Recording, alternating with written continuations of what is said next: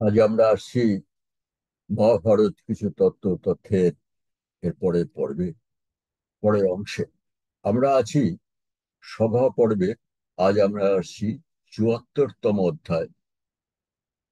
এই পর্বের নাম অনুদ্যূত পর্ব। এর আগের পর্বটা ছিল দ্যূত পর্ব, মানে পাশা খেলার প্রধান অংশ। সেখানে আমরা দেখেছি ওই পর্বের শেষে পাশা খেলার পরে দ্রৌপদীকে রাজসভায় অশেষ লাঞ্ছনা করা হয়েছিল। আমি তো আমার এখানে খুব ছোট করে কিছু কিছু শ্লোক মাত্র দেখিয়েছি। আপনারা যদি মহাভারত খুব গভীরভাবে পড়েন তাহলে দেখবেন দ্রৌপদীকে যে কি অশেষ লাঞ্ছনা করা হয়েছিল এবং অপমান করা হয়েছিল, এ চিন্তার করা যায় না, চিন্তার বাইরে। যাই হোক, সেখানে অনেক বাদানুবাদের পরে শেষে যখন হঠাৎ ধৃতরাষ্ট্রের অগ্নিহোত্র যজ্ঞের মধ্যে গাধা ডাকতে শুরু করলো এবং নানা রকম অমঙ্গল সূচক পাখি, কাক, শকুনে ডাকাডাকি শুরু হলো এবং গান্ধারী দৌড়ে ছুটে এলেন রাজসভায়। সেই দেখে ভয় পেয়ে তখন ধৃতরাষ্ট্র পাণ্ডবদের সমস্ত তাদের রাজ্য সমৃদ্ধি সহ মুক্তি দিয়েছিলেন এবং তারা আবার তাদের তাদের রাজধানী ইন্দ্রপ্রস্থে ফিরে যাচ্ছিলেন, ফিরে গেলেন। যখন এই পাণ্ডবরা ফিরে গেলেন, তা দেখা গেল পাশা খেলায় অনেক শঠতা কপটতা করেও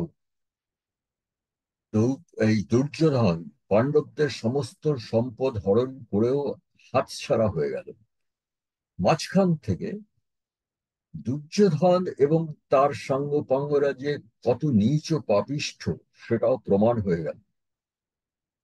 এই অবস্থায় দুর্যোধনের মনে একটা ভয়ের সঞ্চার হলো এবং তখন দুর্যোধন একা, যখন রাজা ধৃতরাষ্ট্র একা ছিলেন সেই সময় রাজা ধৃতরাষ্ট্রের কাছে এসে বলছেন, অহ নিত্যং কৌরব্য ফাল্গুণাং প্রতি সত্তমম অনিশং চিন্তয়িত্বা তং সমুদ্বিগ্ন যস্মি তদ্ভয়াৎ।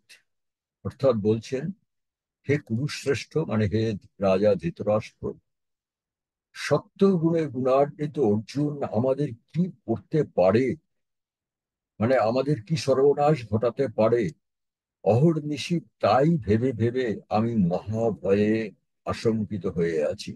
মানে এবার দুর্যোধনের প্রাণে ভয় ঢুকে গেছে।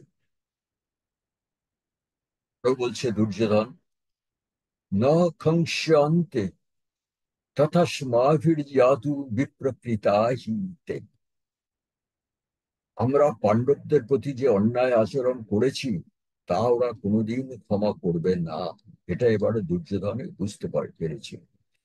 আরো বলছে, দ্রৌপদাস্য পরিক্লেশং অস্তেশং হন্তুমর্হতি। যে দ্রৌপদীকে যে লাঞ্ছনা দেওয়া হয়েছে তা কি পাণ্ডবরা কোনোদিন ক্ষমা করবে? এই ভয়ে দুর্যোধন আধমরা হওয়ার মতো অবস্থা।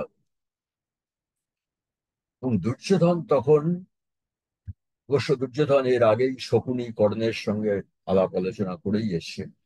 দুর্যোধন তখন একটা প্রস্তাব দিলেন ধৃতরাষ্ট্র, রাজা ধৃতরাষ্ট্রকে। প্রস্তাবটা কি? প্রস্তাবটা হচ্ছে, দিব্যম ভদ্রং তে বনবাসয় পাণ্ডবৈ এবং এতৎ বশে কর্তুম সক্ষম পুরুষ অরস্য। বলছেন, আমাদের মঙ্গল হবে, মানে আমাদের ভালো হবে যদি বনবাসের শর্তে আর একবার পাশা খেলা হয়, আর সেই পাশা খেলা দিয়ে আমরা পাণ্ডবদের বশে আনতে পারবো, মানে পাণ্ডবদের শক্তিহীন করতে পারবো। দুর্যোধন বলছে, তে বা দ্বাদশ বর্ষাণি বয়ং বা দূত নির্জিতা ব্রবীষেম মহারণ্যমজীর্ণ প্রতিবাসিতা ত্রয়োদশং চ সজনে অজ্ঞাতঃ পরিবৎসরম জ্ঞাতস্য পুনরন্যানি বনে বর্ষানি দ্বাদশ। অর্থাৎ বলছেন যে একবারই পাশা খেলা হবে, এক দানই খেলা হবে, এবং সে বাজি এভাবে হবে, বাজিতে যারা হারবে তারা মহারণ্যে গিয়ে 12 বছর সেখানেই বসবাস করবে, আর ত্রয়োদশ বছরে অজ্ঞাতবাসে থাকতে হবে। কিন্তু ওই ত্রয়োদশ বছর যদি তাদের জানাজানি হয়ে যায় যে তারা কোথায় আছে, তাহলে তারা আবার 12 বছর বনবাস করবে। এই হচ্ছে দুর্যোধন, কর্ণ আর শকুনের মতলব। তার মানে এরা তো জানে যুধিষ্ঠির পাশা খেলায় হারবেই, যতক্ষণ শকুনি আছে। পাণ্ডবদের বনে পাঠিয়ে দেওয়া যায়, তাহলে তো সব রাজা রাজত্ব সবকিছুই দখল করে নেওয়া যাবে। এই চিন্তা করে ধৃতরাষ্ট্র কি বলছেন, এবার ধৃতরাষ্ট্রের বক্তব্য শুনুন। এই ধৃতরাষ্ট্র ব্যাসদেবের সৃষ্টি এক অদ্ভুত চরিত্র। ধৃতরাষ্ট্র বুঝতে পারছেন দুর্যোধন কি বলতে চাইছে, এর ভিতরে কি আছে, তবু ধৃতরাষ্ট্র বলছেন, তূর্ণং প্রত্যনাঈশয়িতান কামং ব্যথ্যগতানোপি আগচ্ছত্তু পুনর্দূতমিদং কুরুবন্তু পাণ্ডব। বলছে, পাণ্ডবরা তো আমাদের তামার থেকে বিদায় নিয়ে শীঘ্রই তখনই তখনই দূর পথে রওনা হয়ে গেছে। তবে তোমার যেমন ইচ্ছা, আবার ওদের একবার ফিরে আসতে বলো একদান পাশা খেলার জন্য। ব্যাসদেবের সৃষ্টি ধৃতরাষ্ট্রই অদ্ভুত চরিত্র। তাকে দোষ দেবেন কি না দেবেন, দেওয়া দোষী করা যায় না করা যায়, প্রশ্ন রয়েই যাচ্ছে। তবে সত্যি কথা কি, এই ধরনের মানসিক দুর্বল পিতা, বৃদ্ধ পিতা, এবং তার একদিকে অন্ধ স্নেহ, একদিকে মনের ভিতরে স্বার্থ, এই চরিত্র আমার মনে হয়, আমি যা দেখেছি, এখনো কিছু কিছু ঘরে এরকম বৃদ্ধ পিতাদের দেখা যায়। যাই হোক, ধৃতরাষ্ট্রের এই কথা শুনে আবার সেই দুর্যোধনের রথের সারথি প্রতিকামী দ্রুতগামী এক রথ নিয়ে যুধিষ্ঠিরকে মাঝপথে ধরলেন এবং পুনরায় পাশা খেলার জন্য ধৃতরাষ্ট্রের আজ্ঞার কথা জানালো। তখন যুধিষ্ঠির কি বললেন, যুধিষ্ঠির তো সবই বুঝতে পারছেন। যুধিষ্ঠির বললেন, ধাতুর নিয়োগাদ ভূতানি প্রাপ্নুবন্তি শুভাশুভম, নৌ নিবৃত্তি ততরস্তি দেবীতব্যং পুনরয়োধি। যুধিষ্ঠির বলছেন, নিয়তির বিধানই সকল প্রাণীর মঙ্গল অমঙ্গল নিয়ন্ত্রণ করে। মানে কৌরবদেরও মঙ্গল অমঙ্গল, পাণ্ডবদেরও মঙ্গল অমঙ্গল সেই নিয়তিই বিধান করে। ন নিবৃত্তিস্তরস্তি দেবী তব্যং পুনর্যোগী। কারো সাধ্য নেই সেই বিধান খণ্ডন করে, আর সেই কারণেই হয়তো আরো একবার পাশা খেলতে যেতেই হবে।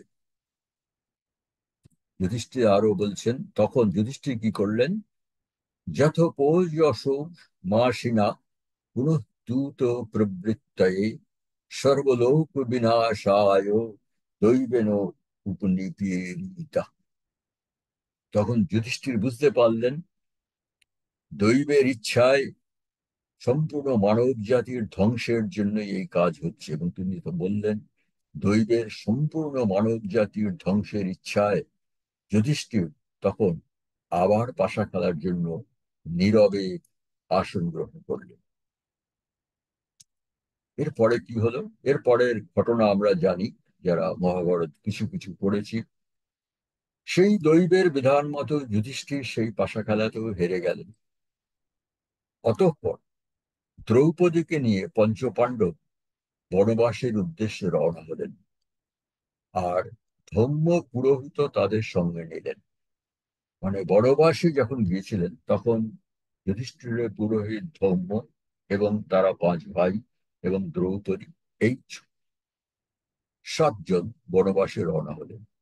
এবং সমস্ত মুনি ঋষি ব্রাহ্মণরাও সঙ্গে চললেন। তারা একটা কিছু দূর গিয়ে তারা ফিরে এসেছিল, কিন্তু তারা তখন সঙ্গে চললেন, এবং শোকাহত বিদুরও চললেন তাদের সঙ্গে। মহারণ্যে প্রবেশের মুখে সবাইকে ফিরে যেতে অনুরোধ করলেন।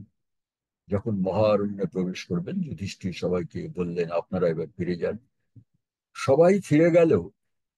বহু মুনি, ব্রাহ্মণ, এরা পঞ্চ পাণ্ডব, দ্রৌপদী আর ধম্ম পুরোহিতের সঙ্গে মহারণ্যে প্রবেশ করলেন।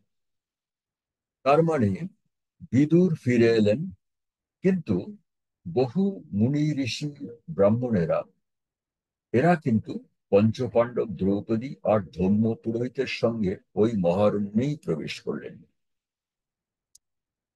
তারা তো বনে চলে গেল। এদিকে বিদুর যখন ফিরে এলেন, তখন ধৃতরাষ্ট্র, বিদুর ফিরে এলে ধৃতরাষ্ট্র তাকে ডেকে জিজ্ঞেস করলেন, আচ্ছা, পাণ্ডু পুত্ররা, দ্রৌপদী আর ধর্ম পুরোহিত, কে কিভাবে যাত্রা করলো? ধৃতরাষ্ট্রের এখন প্রশ্ন, এরা যে সব বনে গেল, এরা কে কিভাবে যা গেল? মানে এরা কি ভয়ে কাঁপতে কাঁপতে গেল, না হাসি মুখে গেল, সেটাও ধৃতরাষ্ট্রের জানা প্রয়োজন। তখন বিদুর বললেন যে কে কিভাবে গেল। বিদুর তার বর্ণনা দিচ্ছেন। তা একটু মনোযোগ দিয়ে শুনুন, এই জায়গাটাতে বিদুর কি বলছেন। বিদুর বলছেন,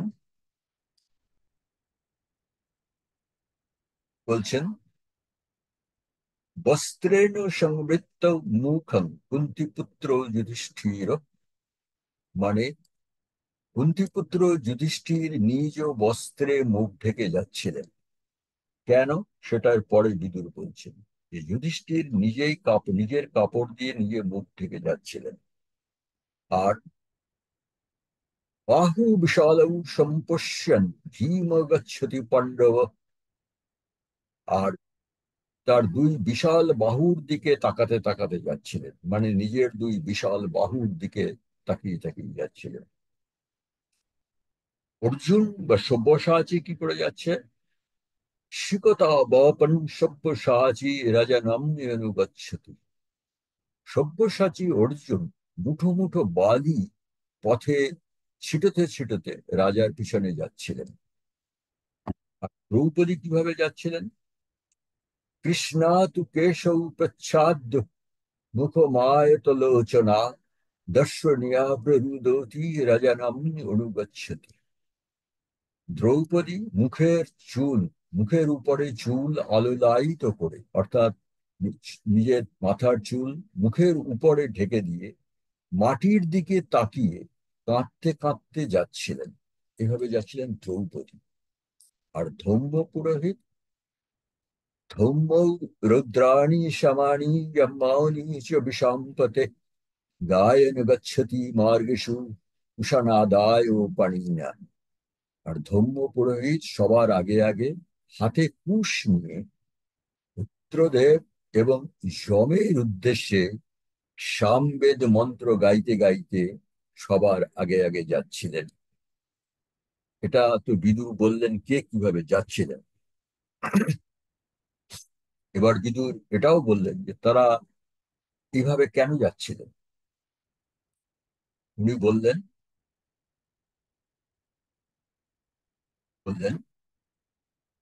নাহং ইয়ানং নির্দয়েয়ং দৃষ্টবা ঘোরেণ চক্ষুষা স্বপিধায় মুখং রাজা তস্মাদ গচ্ছতি পাণ্ডব।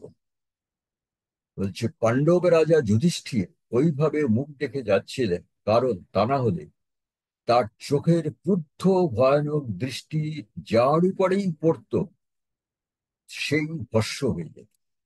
সেই জন্য উনি, যাতে এইভাবে কোনো নিরীহ ব্যক্তি মারা না যায়, তার জন্য তিনি নিজের মুখ ঢেকে ঢেকে যাচ্ছিলেন। আর ভীম ওই নিজের বাহুর দিকে তাকাতে তাকাতে যাচ্ছিলেন কেন? বলছেন, যথা চ ভীম ব্রজন্তি তন্মে নিগদত শৃণু বাহুর বলে নাস্তি সমো মমেতি ভরতর্ষভ চিকিৎসন কর্ম শত্রুভ্যো বাহু দ্রব্যানুরূপ। ভীম ভাবছিলেন যে বাহু বলে আমার সমকক্ষ আর কেউ নেই এই পৃথিবীতে, সুতরাং মহাযুদ্ধে এই বাহুবলের উপযুক্ত উপযুক্ত প্রয়োগ হবে। চিকিৎসন কর্ম শত্রুভ্য, যে মহাযুদ্ধে শত্রুর উপরে এই বাহুবলের প্রয়োগ আমি দেখাবো। আর অর্জুন ওইভাবে বালি ছেটাতে ছেটাতে কেন যাচ্ছিলেন সেটা বলছেন। প্রদিশন ষড়সম্পাতং কুন্তি পুত্র অর্জুনস্তদা শিকতা বপন সব্যসাচী রাজানাম অনুগচ্ছতি। কুন্তিপুত্র অর্জুন রাজার পিছনে মুঠো মুঠো বালি ছিটাতে ছিটাতে যাচ্ছিলেন এই ভেবে যে এইভাবেই, এই যে বালি ছিটিয়ে ছিটিয়ে মাটিতে পড়ছে, এই রকম ভাবেই অসংখ্য তীরের বৃষ্টি হবে। বালি যেরকম পড়ছে এই রকম অসংখ্য তীরের বৃষ্টি হবে যথাকালে। এবং সেই কালের কথা মনে করেই অর্জুন যাচ্ছিলেন। আর দ্রৌপদী কেন ওইভাবে যাচ্ছিলেন? এক বস্ত্রা প্ররুদতি মুক্ত কেশী রজস্বলা শোণিতেনাক্তবসনা দ্রৌপদী বাক্যমব্রবীৎ। যৎকৃতয়মিদং প্রাপ্তা তেষাং বর্ষ চতুর্দশে হতো পত্তে হতো সুতা হতো বন্ধু জনপ্রিয়া বহু শোণিত দিগ্ধাঙ্গয় মুক্ত কেশয় রজস্বলা এবং কৃতোদক ভার্যা প্রবেক্ষন্তি গজাহ বায়ু। দ্রৌপদী এই বলতে বলতে যাচ্ছিলেন। রজস্বলা দ্রৌপদী মুক্ত কেশে রক্ত মাখা এক বস্ত্রে এই বলতে বলতে যাচ্ছিলেন যে যাদের কুকীর্তিতে আজ আমার এই অবস্থা, 14 বছর পরে তাদের স্ত্রীরাও এই রকম পতি পুত্র স্বজন বন্ধুদের মৃতদেহ আঁকড়ে ধরে অশ্রুপাত করবে। মুক্ত কেশে আজ আমার যেরকম মুক্ত কেশ, আমার বস্ত্রের রক্ত, তেমনি সেদিনও তাদের মুক্ত কেশ হবে, রক্ত মাখা বস্ত্র হবে, এবং তারা তাদের স্বামী পুত্রদের শ্রাদ্ধ কর্ম করে তবেই তারা ঘরে ফিরবে। এই হচ্ছে দ্রৌপদীর প্রতিজ্ঞা। আর ধম্ম পুরোহিত কেন কুশ হাতে নিয়ে যাচ্ছিলেন? ধম্ম পুরোহিত যাচ্ছে এই জন্যে, কৃত্যা তু নৈরীতন দর্ভন ধীর ধম্ম পুরোহিত সমানি গায়ম্বানি পুরত জাতি ভারত। আর ধীর স্বভাবের ধম্ম পুরোহিতের অগ্রভাগ নৈঋত কোণের দিকে ধরে যম দেবতার সামগান করতে করতে যাচ্ছিলেন। আর বলছিলেন, কি বলছিলেন? হতেষু ভরতেশায়ৌ পুরুণাঙ্গুরবস্তদা এবং সমানি গচ্ছন্তি তুক্তা ধম্ময়োগী গচ্ছতি। ধম্ময়ী বলতে বলতে যাচ্ছিলেন, মহাযুদ্ধে কুরু বংশের বিনাশের পর তাদের পুরোহিতেরাও তাদের শ্রাদ্ধ কর্ম করার পর এই রকম যম দেবতার স্তুতি করবে। এই হচ্ছে ইঁদুরের ব্যাখ্যা যে এরা এইভাবে কেন যাচ্ছিল। এরপরে আরেকটু অংশ, এটা আমরা পরের দিন দেখব।